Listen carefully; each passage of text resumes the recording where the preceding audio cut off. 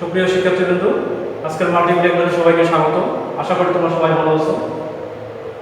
আজকে আমি অষ্টম শ্রেণীর বিজ্ঞান বিষয়ে ষষ্ঠ অধ্যায়ের কিছু আলোচনা করব।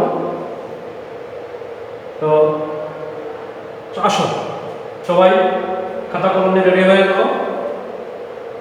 আমি শুরুতেই আমরা একটি চিত্র লক্ষ্য করি। তোমার বোর্ডে একটি চিত্র লক্ষ্য করতেছো। এখানে দেখতে পাচ্ছ এটি বৃত্তের ভিতরে এটি প্রোটন এবং এটি ইলেকট্রন। তোমরা পূর্বের ক্লাসে অবশ্যই জেনেছ যে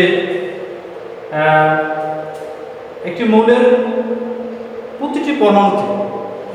প্রতিটি পরমাণুতে ভিন্ন ভিন্ন নির্দিষ্ট সংখ্যক ইলেকট্রন এবং প্রোটন থাকতে পারে। কিন্তু এই মৌলের সকল ভর এক নাও হতে পারে। সেই মৌলটির ভর এক আবার নাও হতে পারে, ভিন্ন ভিন্ন ভর হতে পারে। কারণ একটি মৌলের পরমাণুতে বিভিন্ন সংখ্যক নিউট্রন থাকতে পারে। যেমন দেখো এখানে ইলেকট্রন, প্রোটন। আমরা পাশের চিত্রে দেখতে পাবো যে একই মৌলের ভিন্ন ভিন্ন ভর ভিন্নতার কারণ হচ্ছে তার নিউট্রন সংখ্যা ভিন্ন থাকার কারণে ভর সংখ্যা ভিন্ন। চিত্রে লক্ষ্য করো এটি একটি হাইড্রোজেন মৌল। আমরা জানি হাইড্রোজেনের ভর সংখ্যা 1। লক্ষ্য করছো তিনটি চিত্র। প্রথম চিত্রে আমরা প্রোটন এবং ইলেকট্রনকে দেখতে পাচ্ছি। বেশিরভাগই মৌলের ক্ষেত্রে তা হয়ে থাকে। আবার দেখো দ্বিতীয় চিত্রে দেখা যাচ্ছে ইলেকট্রন প্রোটনের সঙ্গে আবার নিউট্রন যুক্ত হয়েছে, একটি নিউট্রন যুক্ত হয়েছে, তার ভর সংখ্যা হচ্ছে 2। তৃতীয় চিত্রে লক্ষ্য করো যে প্রোটন ইলেকট্রন তো আগে দুটোই আছে, আবার দুটি নিউট্রন যুক্ত হয়েছে। তাহলে এই চিত্র থেকে আমরা বুঝতে পারলাম তাহলে ভর সংখ্যা 3। চিত্র থেকে বুঝতে পারলাম তাহলে মৌলের প্রোটন সংখ্যা ইলেকট্রন সংখ্যা সমান, কিন্তু ভর সংখ্যা ভিন্ন হতে পারে। তাহলে আমরা এখান থেকে এটা কথা বলতে পারি যে কোনো মৌলের পারমাণবিক সংখ্যা অর্থাৎ প্রোটন সংখ্যা সমান কিন্তু ভর সংখ্যা ভিন্ন, সেটাকে আমরা বলবো আইসোটোপ। তাহলে আজকে আমি তোমাদের তাহলে এখানে আরো দেখো পাঠের বিষয় হচ্ছে আমাদের আজকে আইসোটোপ ও এর ব্যবহার। আমরা আইসোটোপ ও এর ব্যবহার সম্পর্কে আজকে আলোচনা করব। আরেকটি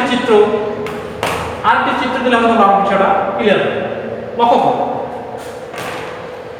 লক্ষ্য করো যে হাইড্রোজেন পরমাণু আইসোটোপ। এটা 3টে হাইড্রোজেন পরমাণু, 3টে আইসোটোপ। প্রথম চিত্রে লক্ষ্য করো, প্রথম চিত্রে দেখতে পাচ্ছি যে প্রোটন সংখ্যা 1টি, এটাকে পোডিয়াম বলা হচ্ছে। আবার প্রোটন সংখ্যার সঙ্গে আরেকটি নিউট্রন সংখ্যা যুক্ত হয়েছে, এটাকে বলা হচ্ছে ডিউটেরিয়াম। আবার দেখো একটি প্রোটন সংখ্যার সঙ্গে 2টি নিউট্রন সংখ্যা যুক্ত হয়েছে, এটাকে বলা হচ্ছে ট্রিটিয়াম। তার মানে কি ভর সংখ্যা বৃদ্ধি পাচ্ছে, কিন্তু প্রোটন সংখ্যা একই আছে। ভর সংখ্যা বৃদ্ধি পাওয়ার কারণ হচ্ছে নিউট্রন সংখ্যা যুক্ত হওয়ার কারণে। তাহলে আমরা দেখি, এবারে দেখা যাক যে এই যে এই আইসোটোপটা কি। আসলে আইসোটোপের ধর্ম সম্পর্কে আমাদের কিছু জানা দরকার। আইসোটোপের ধর্ম, তাহলে আমরা এখন দেখি একটি আইসোটোপের ধর্ম। বলা হচ্ছে যে কোনো মৌলের প্রোটন সংখ্যা সমান কিন্তু ভর সংখ্যা ভিন্ন, তাদেরকে ওই বলে আইসোটোপ বলা। আমরা পূর্বে কথা বলে নিচ্ছি। এখন দেখো আমরা আইসোটোপের ধর্ম সম্পর্কে আলোচনা করব। আইসোটোপের একটি তেজস্ক্রিয় রশ্মি, যা আলফা, বিটা এবং গামা নামে পরিচিত। আলফা রশ্মি দুর্বল রশ্মি, গামা তার চেয়ে একটু বেশি শক্তিশালী। আলফা একটু দুর্বল, বিটা তার চেয়ে একটু বেশি শক্তিশালী এবং গামা তার চেয়ে বেশি শক্তিশালী রশ্মি। তাহলে আমরা এখানে লক্ষ্য করতেছি যে 3টি চিত্র দেখতে পাচ্ছি। দেখো আলফা, বিটা এবং গামা। আইসোটোপ বিভিন্ন ধরনের রশ্মি বা কণা বিকিরণ করে থাকে। আইসোটোপ মূলত একটি তেজস্ক্রিয় রশ্মি, যে বিকিরণ করে বিভিন্ন ধরনের তথ্য পাঠিয়ে এখান থেকে তথ্য উদ্ধার করতে হয়। তাহলে দেখো এখানে 3টি আলফা, বিটা, গামা। আলফা রশ্মি দেখো এখানে পেপার, পেপারটিকে ভেদ করতে পারে নাই, তার মানে এটা দুর্বল রশ্মি। অপর দিকে দেখো এটা কাঠ, বেটা রশ্মি পেপারটাকে ভেদ করে কাঠটাকে ভেদ করতে পারে নাই। তাহলে সহজেই বুঝতে পারছি যে আলফার চেয়ে বেটা রশ্মি একটু শক্তিশালী বেশি।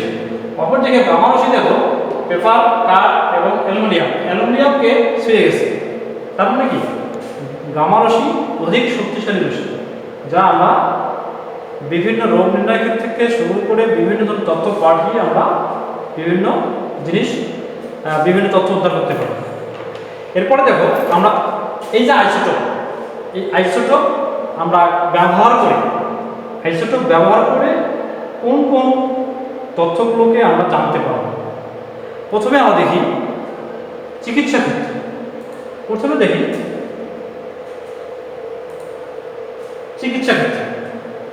চিকিৎসা ক্ষেত্রে আইসোটোপের ব্যবহার দেখো। চিকিৎসা ক্ষেত্রে আইসোটোপের ব্যবহার, এই আইসোটোপ চিকিৎসা ক্ষেত্রে 99 টেকনিডিয়াম তেজস্ক্রিয় রশ্মি আমরা দেহের মধ্যে প্রবেশ করে ক্যান্সার সহ বিভিন্ন জটিল এবং কঠিন রোগ নির্ণয় করতে সক্ষম হয়। অপরদিকে দেখো অপারেশন বা যন্ত্রপাতি জীবাণুমুক্ত করার জন্য 99 টেকনিডিয়াম আইসোটোপ ব্যবহার করে থাকে। স্ক্রিনে দেখা যাচ্ছে ক্যান্সার আক্রান্ত রোগীর কোন কোষ ক্যান্সারে আক্রান্ত বা ক্যান্সার আক্রান্ত কোন কোষ ধ্বংস করতে 99 টেকনিডিয়াম তেজস্ক্রিয় আইসোটোপ ব্যবহার করা হয়। তাছাড়া তেজস্ক্রিয় আইসোটোপ ব্যবহার করে ডাক্তারি যন্ত্রপাতি জীবাণুমুক্ত করা হয়। শুধু চিকিৎসা ক্ষেত্রে নয়, আমরা কৃষি ক্ষেত্রেও আইসোটোপের ব্যবহার করতে পারি।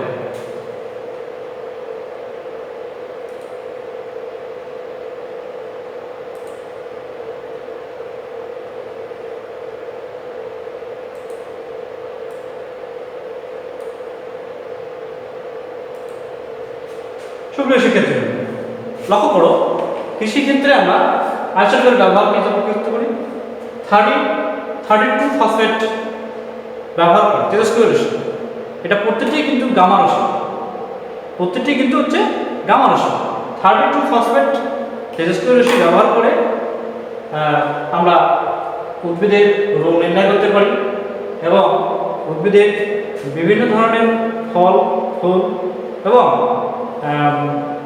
যেটাকে বলা হচ্ছে অধিক ফলন উৎপাদনের ক্ষেত্রে এই 32 ফসফেট তেজস্ক্রিয় আইসোটোপ ব্যবহার করে তা আমরা করতে পারি। লক্ষ্য করুন যে জেনেটিক পরিবর্তন ঘটিয়ে অধিক ফলনশীল বৈরী আবহাওয়ার খাপ খাওয়াতে।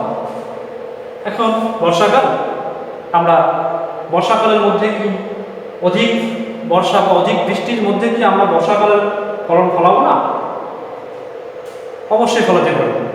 আমরা এই জেনেটিক পরিবর্তন এনে বৈরী আবহাওয়াতেও এই আইসোটোপ ব্যবহার করে আমরা ফলন ফলাতে পারি। অপরদিকে দেখো কীটপতঙ্গের আক্রমণ প্রতিরোধ শস্য উৎপাদনে 32 ফসফেট তেজস্ক্রিয় আইসোটোপ প্রয়োগ করা হয়ে থাকে। এখন দেখো আমরা যে খাদ্যদ্রব্য খেয়ে থাকি, এই খাদ্যদ্রব্য পচনশীল, এরা পচে যায়, সঠিকভাবে সংরক্ষণ রাখতে না পারলে এগুলো পচে যায়। তাহলে সেই ক্ষেত্রে দেখো খাদ্যদ্রব্য সংরক্ষণের ক্ষেত্রে 60 কোবাল্ট নামক তেজস্ক্রিয় আইসোটোপ ব্যবহার করে আমরা খাদ্যদ্রব্য সংরক্ষণ করতে পারি। লক্ষ্য করো খাদ্যদ্রব্য সংরক্ষণ আইসোটোপ আমরা ফল সংরক্ষণ করতে পারি, খাদ্য দীর্ঘদিন যাবত রেখে খেতে পারি, সেটাও আইসোটোপ ব্যবহার করে করা যেতে পারে। ব্যাকটেরিয়া সহ অনেক জীবাণু তেজস্ক্রিয় রশ্মিতে মারা যায়, তাই 60 কোবাল্ট তেজস্ক্রিয় রশ্মি ব্যবহার করে খাদ্যদ্রব্য ফলগুলোকে জীবাণুমুক্ত করে সংরক্ষণ করা যায়। সুপ্রিয় শিক্ষার্থী, তোমরা শুনে অবাক হবে যে শুধু এগুলোই নয়, আমাদের এই পৃথিবীটা শুধু একদিনই সৃষ্টি হয়নি, এমনি হয়নি। বহু পুরানা ফসিল বা বহু পুরাতন গাছ, বহু পুরানো বিল্ডিং, বহু পুরানো 100, 200, 400, 500 বছরের মাটির নিচে পড়ে থাকা ফসিলগুলো কীভাবে বুঝবো আমরা কোথায় কি আছে, কোন জায়গায় কী ধরনের জিনিস থাকতে পারে, সেখানেও আমরা কার্বন-14 নামক তেজস্ক্রিয় রশ্মি পাঠিয়ে আমরা নির্ণয় করতে পারি যে কোন জায়গায় কোন পুরোনো ফসিলটি অবস্থান করতেছে। পাশের চিত্র, একটি চিত্র দেখলে আমরা বুঝতে পারবো। লক্ষ্য করুন, দেখো বহু পুরোনো ডাইনোসর, আমরা অনেক আগে নাম শুনেছি, ডাইনোসর এখন বিলুপ্ত হয়ে গেছে। সেই ডাইনোসর এখন আর নেই, সেই ডাইনোসরের হাড় কঙ্কাল কোথাও না কোথাও পড়ে আছে। সেখানে আমরা কার্বন-14 তেজস্ক্রিয় রশ্মি পাঠিয়ে বুঝতে পারবো যে এখানে ডাইনোসরের কঙ্কাল পড়ে আছে মাটির নিচে। অপরদিকে দেখো পুরোনো গাছ, কতদিনের পুরোনো গাছ ধসে পড়ে গেছে মাটির নিচে, তার উপর মাটির চাপা পড়ে সমান হয়ে গেছে, আমরা দেখতে পাই। সেখানে আমরা কার্বন-14 ব্যবহার করে এটা বের করতে পারি। ভূতাত্ত্বিকগণ এটা গবেষণার কাজে ব্যবহার করে থাকে। আসলে আইসোটোপ এমন একটি তেজস্ক্রিয় রশ্মি যা মানুষের দেহে, যন্ত্রপাতি, খাদ্যদ্রব্য, কৃষিকাজে বা ভূতাত্ত্বিক কাজে, বিভিন্ন কাজে ব্যবহার হয়ে হচ্ছে বর্তমানে। এ খুব গুরুত্বপূর্ণ এবং খুব প্রয়োজনীয় একটা তেজস্ক্রিয় রশ্মি। আসলে আমরা তোমাদের অষ্টম শ্রেণীতে সিলেবাস সীমাবদ্ধতার কারণে আমাদের এ পর্যন্তই আলোচনার সীমাবদ্ধ রাখতে হচ্ছে। আগামী উপরে ক্লাসে পড়লে তোমরা হয়তো আরও বিস্তারিত জানতে পারবে। এই পর্বে তোমাদের আমি একটু বাড়ির কাজ দেব। সুপ্রিয় শিক্ষার্থীবৃন্দ, তোমরা একটা কাজ করতে পারো, খাতা কলম সবার কাছে আছে। আচ্ছা, তোমাদেরকে একটা ছোটো মূল্যায়ন দিয়ে আনি, দেখি তোমরা করে আনতে পারো কিনা। অবশ্য স্কুল তো বন্ধ, তোমরা মূল্যায়নটুকু বাড়িতে করে দিয়ে আসবা। পাশাপাশি আমি বাড়ি গেলে তোমাদেরকে দেবো, তোমরা মূল্যায়ন নিয়ে লিখে নিতে পারো।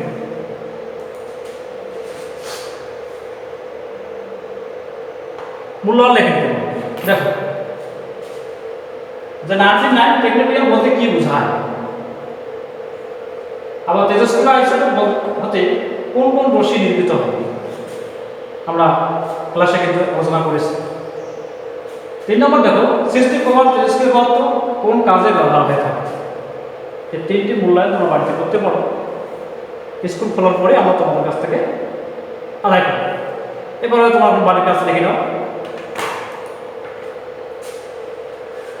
দেখো 32 ফসফেট এবং 60 কোবাল্ট, 32 ফসফেট এবং 60 কোবাল্ট, এই উপরোক্ত আইসোটোপগুলো আমাদের জীবনে গুরুত্বপূর্ণ ভূমিকা রাখে।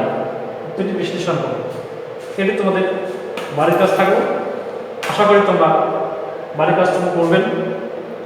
তো সুপ্রিয় শিক্ষার্থীবৃন্দ, আজকের ক্লাসে আজকে এই পর্যন্তই। সবাই ভালো থাকবেন, সুস্থ থাকবেন, স্বাস্থ্যবিধি মেনে চলবেন, জরুরি প্রয়োজন ছাড়া বাড়ি বাইরে যাবেন না। ধন্যবাদ সবাই।